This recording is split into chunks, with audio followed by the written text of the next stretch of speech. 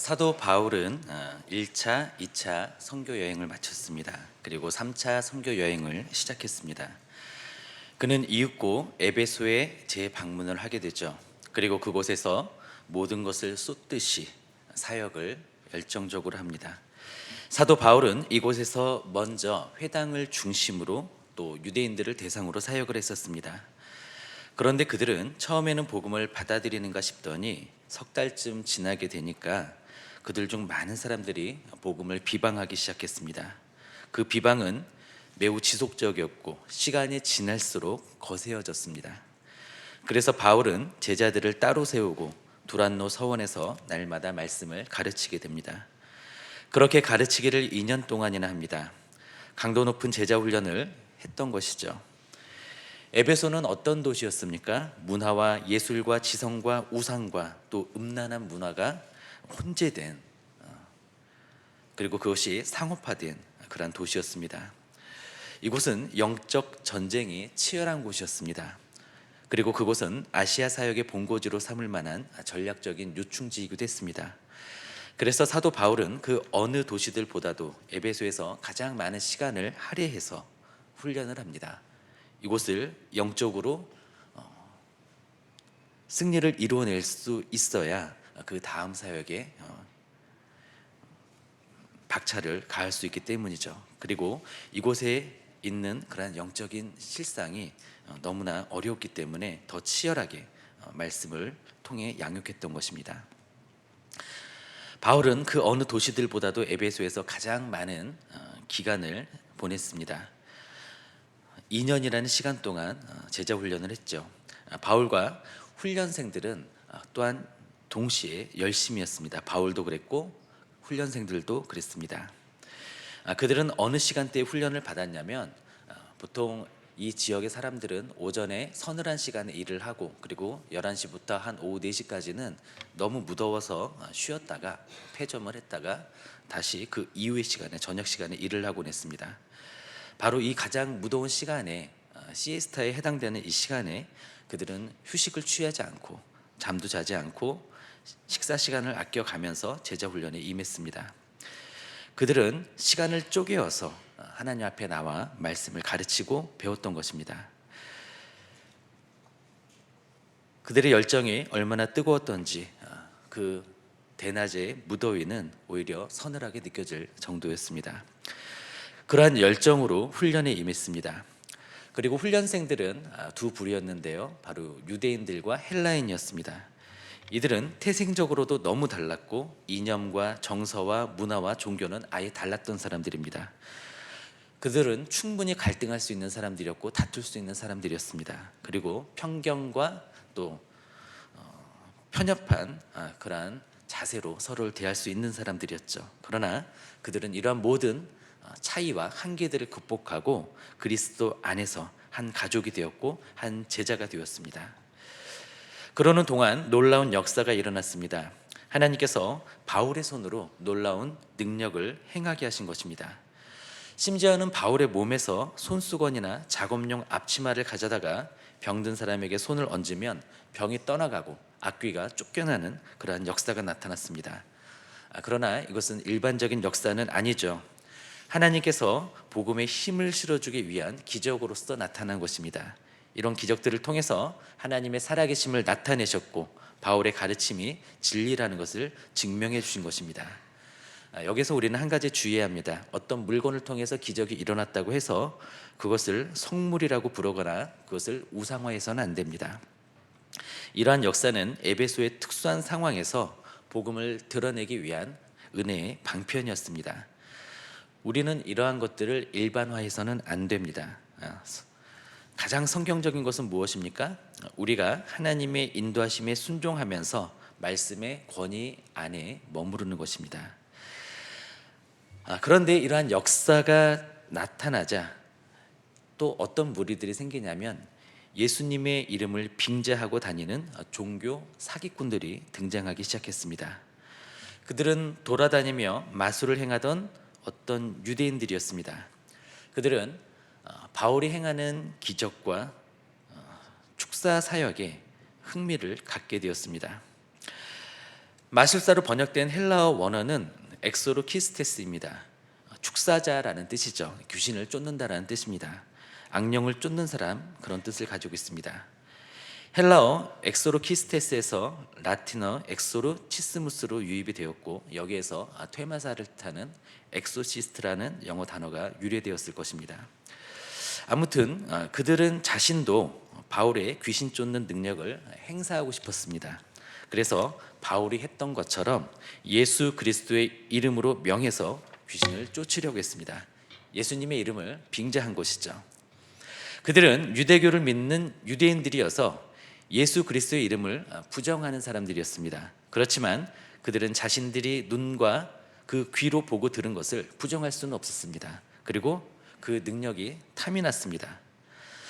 예수님의 이름에, 그리고 주님께 자신들의 삶을 헌신하지는 않으면서 그 이름을 도용하고 이용하고 싶었던 것입니다. 그리고 그들도 귀신을 쫓기를 원했고, 그래서 예수님의 이름을 사용해서 귀신을 쫓아내려는 시도를 합니다. 우리 사도행전 19장 13절에서 16절까지 함께 읽겠습니다. 이에 돌아다니며 마수라는 어떤 유대인들이 시험 삼아 악귀 들린 자들에게 주 예수의 이름을 불러 말하되 내가 바울이 전파하는 예수를 의지하여 너희에게 명하노라 하더라. 유대의 한 제사장 스게와의 7 아들도 이 일을 행하더니 악귀가 대답하여 이르되 내가 예수도 알고 바울도 알거니와 너희는 누구냐 하며 악귀 들린 사람이 그들에게 뛰어올라 눌러 이기니 그들이 상하여 벗은 몸으로 그 집에서 도망하는지라. 아멘. 예수님의 이름을 빙자하여 악귀를 쫓으려 했던 그들은 악귀의 힘에 오히려 호되게 당합니다.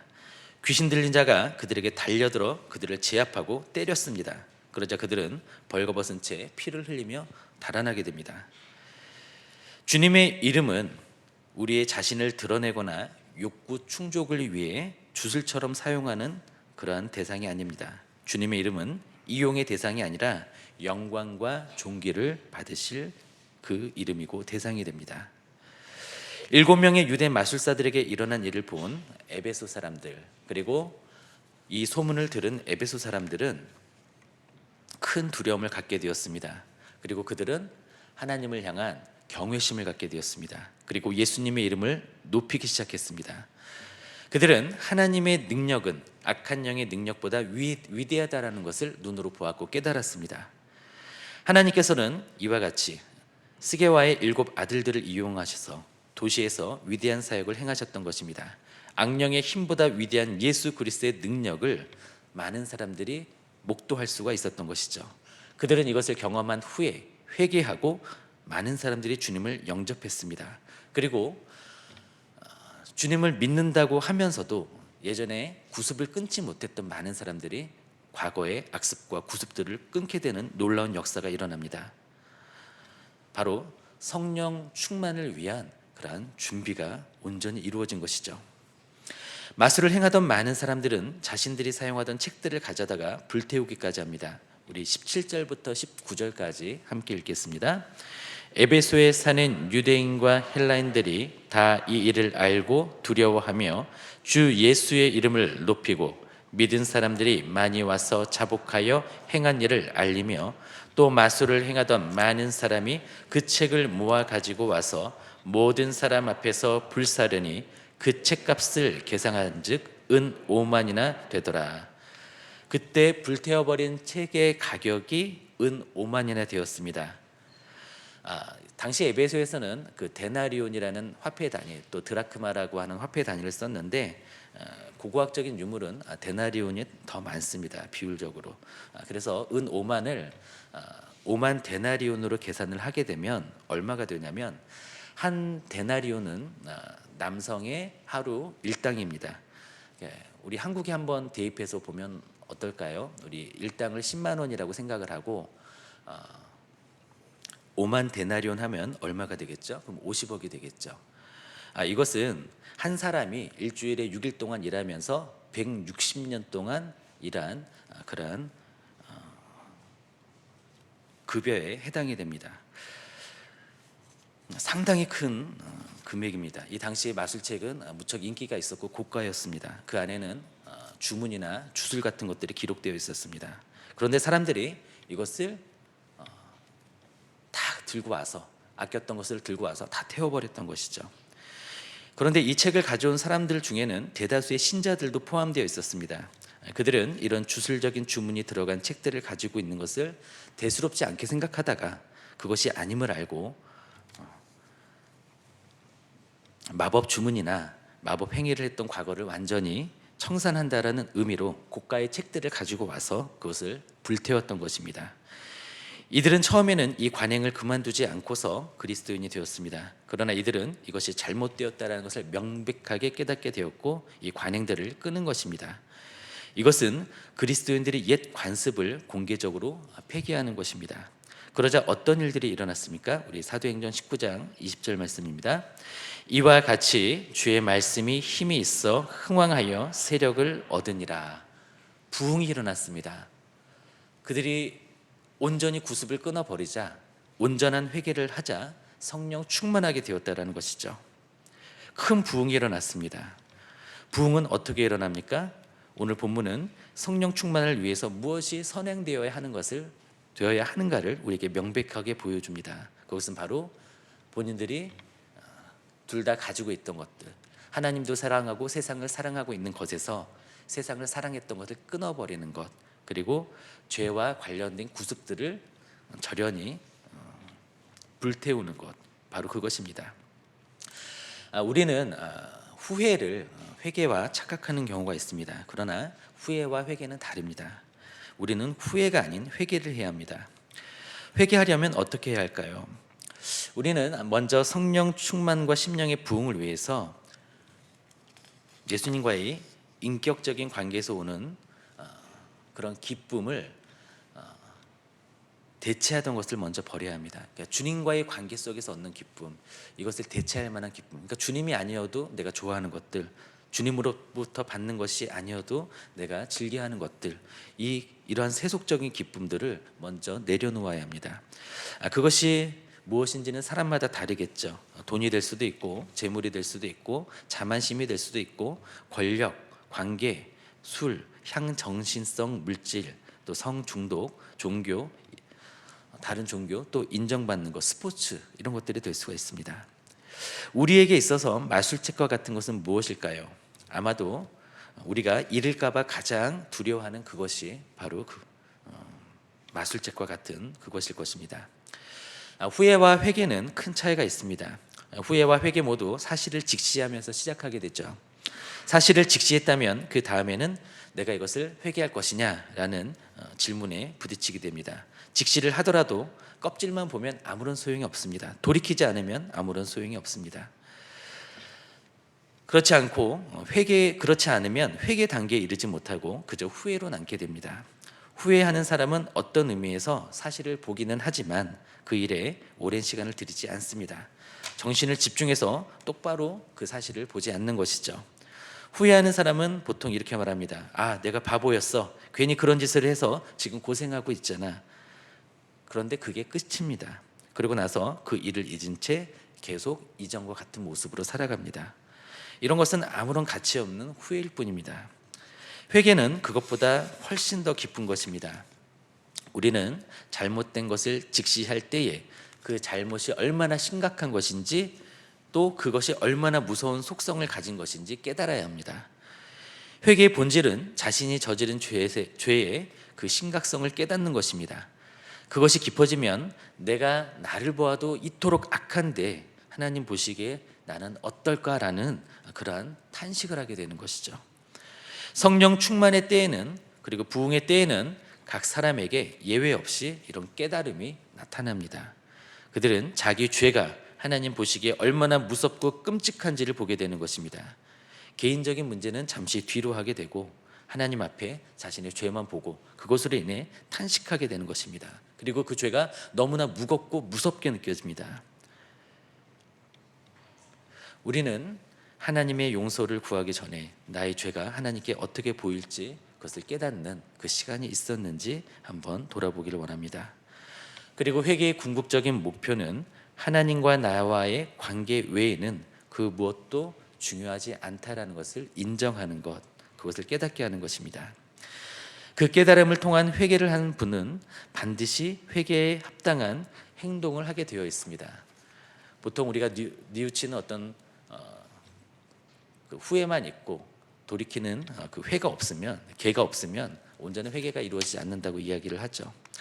우리가 정말로 회개했는지를 증명하는 것은 간단합니다. 자신이 해야만 한다고 느끼는 그 일을 실천에 옮기는 것이죠. 끊어야 할 것은 끊는 것이죠. 그것이 없으면 그 사람은 회개를 한 것이 아니라는 것입니다. 지금 우리가 스스로에게 질문해야 하는 것은 내가 선한 삶을 살고 있는가, 행복한가, 성경을 읽는가, 기도하는가, 교회 활동 열심히 하는가, 이것이 아닙니다. 우리는 하나님을 알고 있습니까? 우리는 하나님과 동행하고 있습니까? 하나님이 내 삶 가운데 함께 하십니까? 하나님과 어떤 개인적인 관계를 맺고 있고 어떤 교제를 나누고 있습니까? 삶 속에 주님이 계십니까? 이 질문 앞에 한번 서보시기 바랍니다. 그러면 경건한 슬픔과 회개, 그저 후회만 하는 것이 아니라 실천으로 나타나는 슬픔과 회개로 나아가게 될 것입니다. 우리의 마술책은 무엇일까요? 예수님을 주님이라고 시인하면서도 끊지 못한 죄된 모습은 무엇입니까? 욕심과 폭력과 편법과 불의와 기만과 갈취는 우리에게 없습니까? 술 취함과 방탕과 탐욕과 게으름에 빠져 있는 것은 아닙니까? 학벌을 숭배하고 물질 만능주의에 빠져 있고 한탕주의의 뿌리가 우리의 폐부를 관통하고 있지는 않습니까? 인터넷과 스마트폰 중독, SNS 중독을 방치하고 있지는 않습니까? 이러한 것들이 없어서 살지 못하는 미디어, 마약에 중독된 분은 없는지 한번 돌아보기를 원합니다. 에베소의 사람들이 마술을 즐기다가 그 책들을 불태웠던 것처럼 이러한 것들을 결연히 끊어야 우리는 충만해질 수가 있습니다. 그래야 우리의 심령이 부흥할 수 있습니다. 바라기는 우리 모두는 새해를 시작하는 이 시점에 우리가 또 어제 많이 회개 기도를 하고 또 많은 것들을 끊고 결단을 했습니다. 그런데 아직 그것이 이루어지지 않았다면 이번 주 동안 우리가 깊이 기도하면서 끊어야 할 것은 끊고 가지고 가야 할 것은 가져가는 그런 결단이 이루어지기를 바랍니다. 우리가 비워야지 충만해질 수가 있습니다. 이 물컵 안에 물을 가득 채우려면 먼저 비워야 되겠죠. 그리고 설령 같은 물을 섞는다고 할지라도 이 안에 오염된 물이 있다면 새 물을 붓지 않겠죠. 새 술은 새 부대라는 예수님의 가르침도 기억하기를 원합니다. 그래서 우리의 심령을 깨끗이 갈아엎고 기경하고 하나님께서 새 은혜를 부어주시면 그것이 순전하고 순적하게 자랄 수 있도록, 그래서 2023년을 은혜해, 축복의 해로 누릴 수 있도록 우리가 이 한 주 동안 철저히 회개하면서 하나님 앞에 나아가기를 원합니다.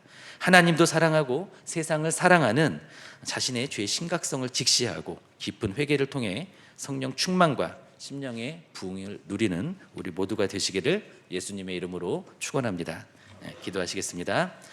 은혜로우신 하나님 아버지, 우리가 하나님을 사랑한다고 말하면서 동시에 세상도 사랑하는 모습은 없는지, 그리고 주님만이 나의 전부입니다 라고 고백을 하면서 사실 세상 것을 꼭 붙잡고 있는 것은 아닌지 하나님 이 시간 점검하게 하여 주시옵소서. 우리가 주님께 온전히 우리 자신을 투신해야지만 우리가 그 외의 모든 것들 또한 주님으로부터 공급받을 수 있사온데, 하나님 우리가 너무나 잘못된 순서로 살아가고 있기도 하지만 또 너무나 우리가 미련이 많은 모습으로 주님도 또 세상도 병행하며 우리가 양립할 수 없는 그런 믿음의 모습을 보이는 그런 때도 너무나 많습니다. 하나님, 우리가 이런 모든 것들을 청산할 수 있도록 도와주시고 우리가 깨끗한 심령으로 하나님의 은혜를, 새로운 은혜를, 새 은혜를, 충만케 하시는 은혜를 우리 심령 가득히 받아 누릴 수 있도록 도와주시고 그 은혜가 우리 안에 차고 넘쳐서 우리의 주변을 변화시킬 수 있는 그러한 놀라운 충만한 은혜로 발전할 수 있도록 도와주시기를 소원합니다. 주님께서 저희와 함께하여 주시기를 소원하옵고 감사드리오며 예수님의 이름으로 기도드립니다. 아멘.